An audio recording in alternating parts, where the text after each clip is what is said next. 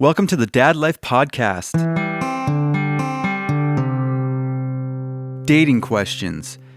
What are your go-to dating questions when you are online dating?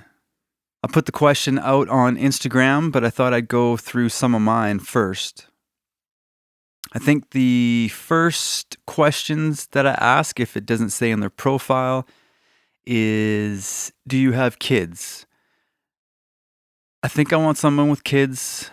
I like kids and I like being a part of a family. Next questions would be, what do you do for work? What are your hobbies? I also want to know if they smoke.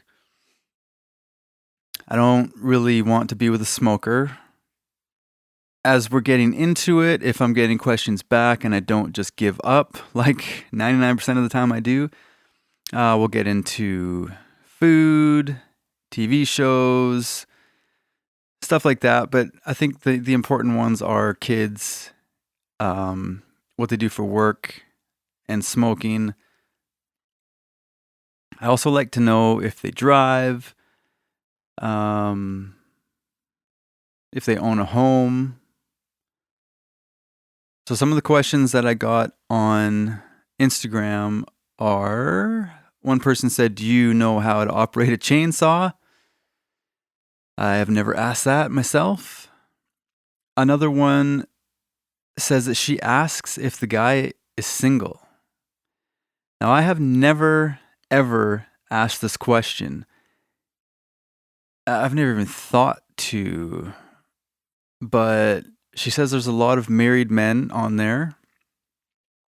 Or I've seen couples on there on some of these sites, but I never swipe right on them.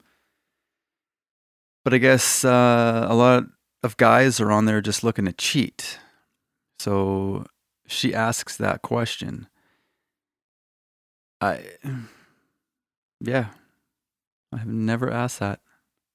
She actually goes on to say that she has seen someone's husband that she knows on there. There's another person that posted a few questions. She says, who is someone you deeply admire? What qualities are you looking for? What activities do you enjoy doing when you're in a relationship? How do you prefer to deal with conflicts or arguments that come up? And what are your deal breakers? Those are all great questions.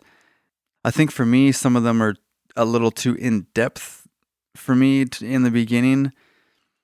I like the deal breakers question. I've never asked that. And I feel like I do have some deal breakers. That smoking is probably a deal breaker for me. Into heavy drugs. That reminds me of a date I went on a couple years ago where we chatted for a bit and then we met for a drink. And she goes on to tell me that, first of all, she didn't want to tell me this through text because she didn't think that I'd want to meet her.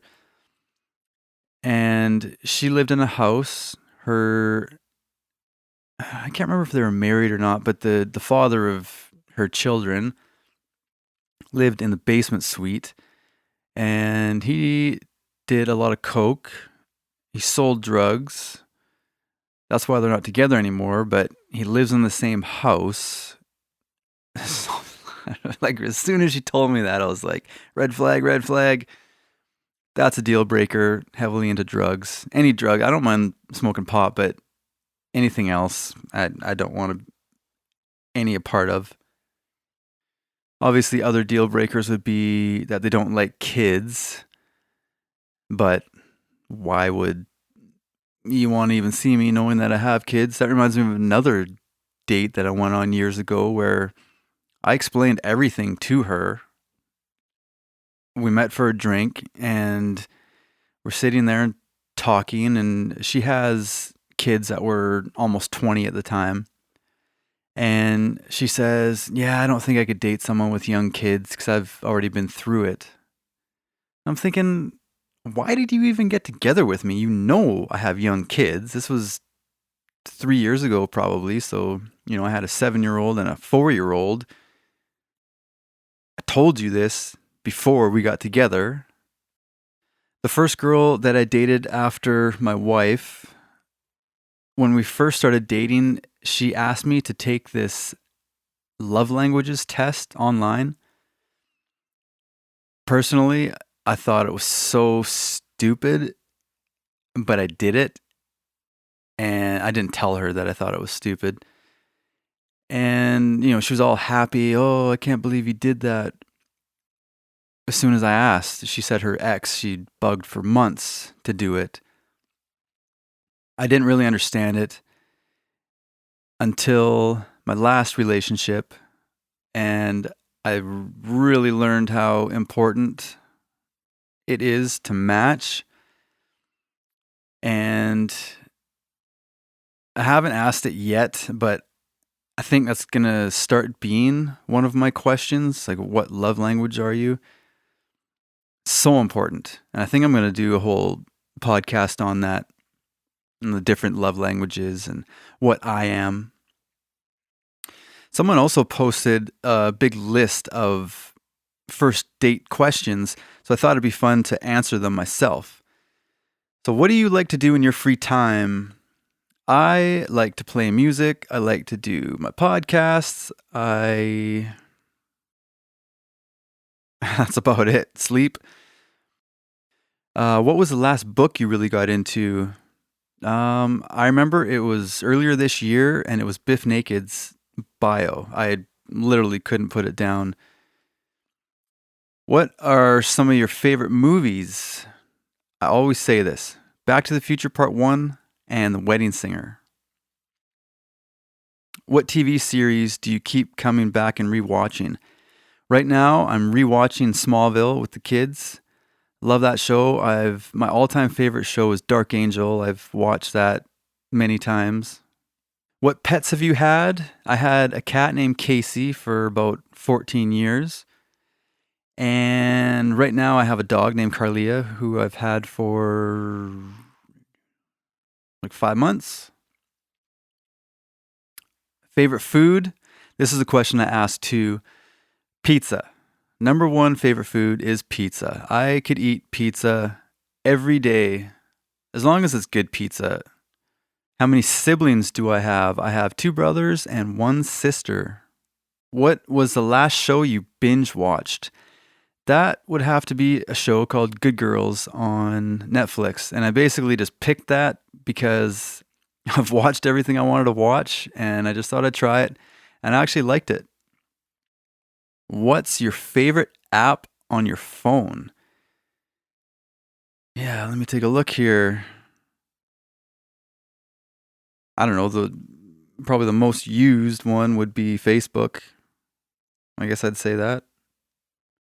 I always ask what your favorite band is. If they go to concerts, I've seen all my favorite bands. The best concert I've ever seen was Green Day.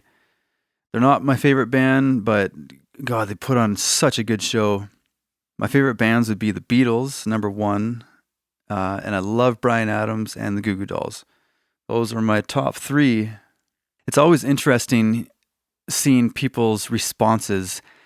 And I remember chatting with this one girl months ago, and we were talking about concerts, and she's telling me about this. I don't even remember what the name of the band was, but it was some Christian rock band I'd never heard of before, and she was going over to the Pacific Coliseum to see them, and I was like, who is this band? They must be big to be playing that place. I think it seats like 17,000 people or something like that. Never heard of them. And there's a lot of, like, country music is really, really big. There's a lot of girls that like country music, and I can't stand it. I hate their voices. They all sound the same to me. Thank you for listening to this week's podcast. Don't forget, you can subscribe on YouTube at Dadlife Podcast. Follow me on Instagram at Dadlife Podcast and Dadlife Podcast 1 on Facebook and Twitter. I will see you next week.